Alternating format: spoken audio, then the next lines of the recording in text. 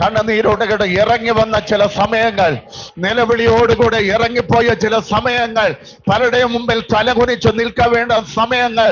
Hallelujah. ചരിത്രം തീർന്നിട്ടില്ല. ഇരട്ടി പ്രതിഫലം. അതിനു വേണ്ടി നിന്റെ ഓരോ കണ്ണും നീരിന്, ഓരോ നെടുവീർപ്പിന്, ഓരോ ശ്വാസത്തിന് ഒരു മറുപടി തരാൻ പോകുന്ന കാലം ദൈവം നിന്റെ മുന്നിൽ കൊണ്ടുവരികയാണ്. നിന്നെ കുറിച്ച് ഇന്നലെ നുണ പറഞ്ഞവർ, നിന്റെ ഉയർച്ചയെ കുറിച്ച് സംസാരിക്കുന്ന, നാടിച്ചു പോയതിന് പകരം, രക്ഷിച്ചു പോയതിന് പകരം നീ ഒരു ശാപം എന്ന് പറഞ്ഞ വ്യക്തിയുണ്ട്. നിന്റെ തല കണ്ടതിന് ശേഷമാണ് ഇതെല്ലാം സംഭവിച്ചെന്ന് പറഞ്ഞ സമയമുണ്ട്. എന്താ ദൈവം പറയുകയാണ്?